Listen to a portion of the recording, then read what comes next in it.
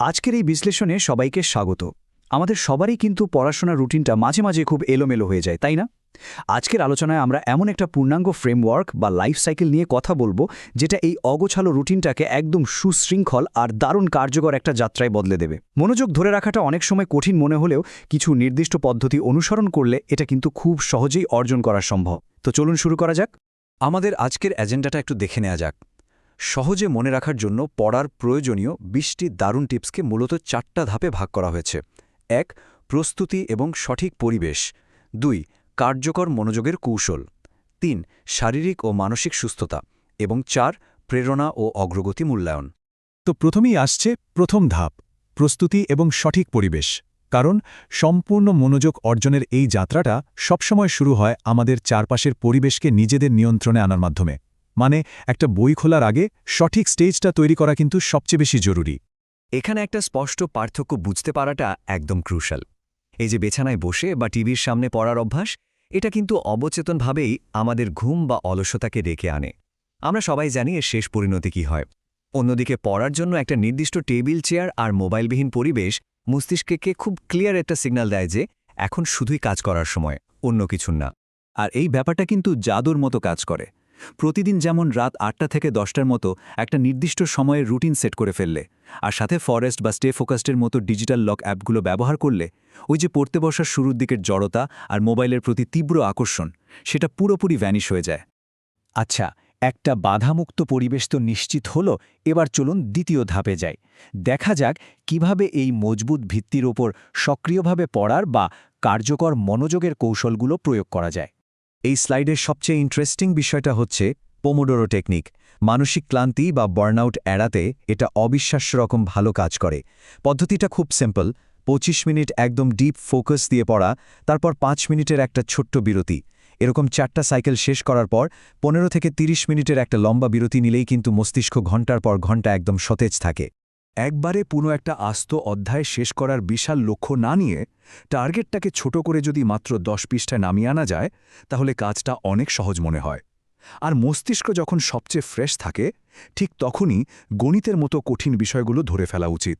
পাশাপাশি ইতিহাস পড়ার সময় নিজেকে ঘটনার কারণ আর ফলাফল নিয়ে প্রশ্ন করলে মনোযোগ অন্যদিকে সরে যাওয়ার কোনো চান্সই থাকে না।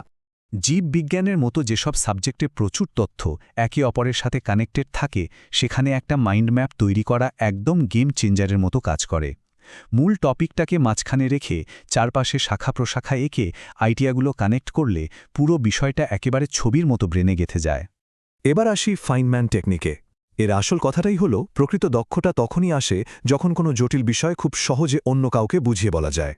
ধরুন, পদার্থবিজ্ঞানের নতুন কিছু একটা শেখার পর সেটা কোনো বন্ধুকে বোঝানোর চেষ্টা করা হলো। যদি সে বুঝতে না পারে, তার মানে বুঝতে হবে নিজের নলেজেই এখনও কোনো গ্যাপ রয়ে গেছে। পড়ার সময় শুধু টেক্সট বুক কিনলে তো চলবে না। প্রতিটা পৃষ্ঠার সারসংক্ষেপ নিজের ভাষায় লেখার অভ্যাস করাটা দারুণ কাজে দেয়।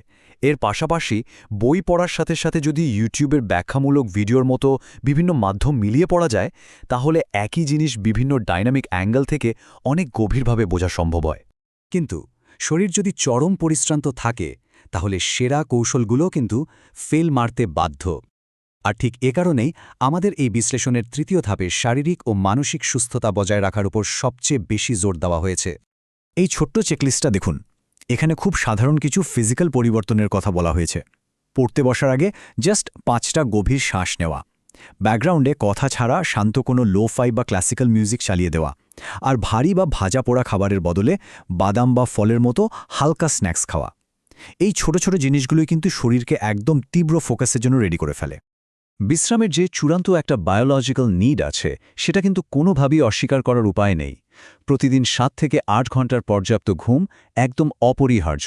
কারণ ঠিক এই ঘুমের সময়টাতে আমাদের ব্রেন সারাদিনের কালেক্ট করা সব ইনফরমেশন প্রসেস করে মেমোরিতে সুন্দরভাবে ফাইল করে রাখে। তাছাড়াও একটানা দীর্ঘক্ষণ ডেস্কে বসে না থেকে প্রতি ৪৫ মিনিট পরপর একটু উঠে দাঁড়ানো বা ৫ মিনিট হাঁটা কিংবা স্ট্রেচিং করা উচিত।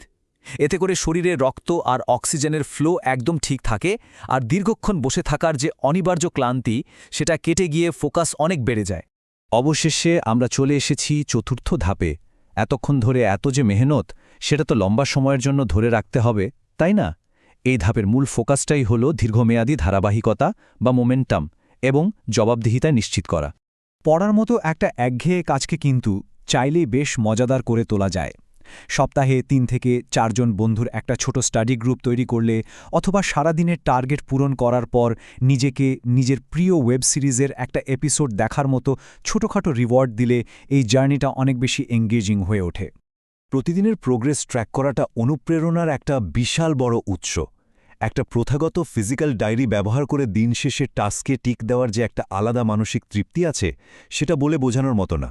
অথবা এখনকার দিনে নোশন বা গুগল কিপের মতো ডিজিটাল অ্যাপ ব্যবহার করেও খুব ইজিলি প্রতিদিনের কাজের হিসাব রাখা যায়। মোটিভেশন তো আর সবসময় এক লেভেলে থাকবে না, একটা সময় পড়তো অনীহা আসবেই। তখন নিজেকে এই প্রশ্নটা করা যেতে পারে, ঠিক কী কারণে এই কষ্টকর জার্নিটা শুরু করা হয়েছিল। চোখের সামনে যদি একটা ভিজুয়াল রিমাইন্ডার থাকে, যেমন ধরুন একজন ভবিষ্যৎ মেডিকেল শিক্ষার্থী টেবিলে রাখা একটা ডাক্তারের ছবি, সেটা কিন্তু নিজের এই হাড়ভাঙা খাটুনির আসল উদ্দেশ্যটা দারুণভাবে মনে করিয়ে দেয়। আজকের এই বিশ্লেষণ শেষ করার আগে যে ব্যাপারটা অবশ্যই মাথায় রাখতে হবে তা হল ইস্পাতের মতো মজবুত ফোকাস কিন্তু কোনো জাদুর কাঠির ছোঁয়ায় রাতারাতি তৈরি হয়ে যায় না। এর জন্য লাগে অসীম ধৈর্য আর প্রতিদিনের এই ছোট ছোট অভ্যাসগুলোর টানা চর্চা। একবার ভেবে দেখুন তো, আজকে শুরু করা এই ছোট্ট সুশৃঙ্খল পদক্ষেপগুলোই আগামী কয়েক বছর পর আমাদের ঠিক কতটা বিশাল সাফল্যের চূড়ায় নিয়ে দাঁড় করাবে।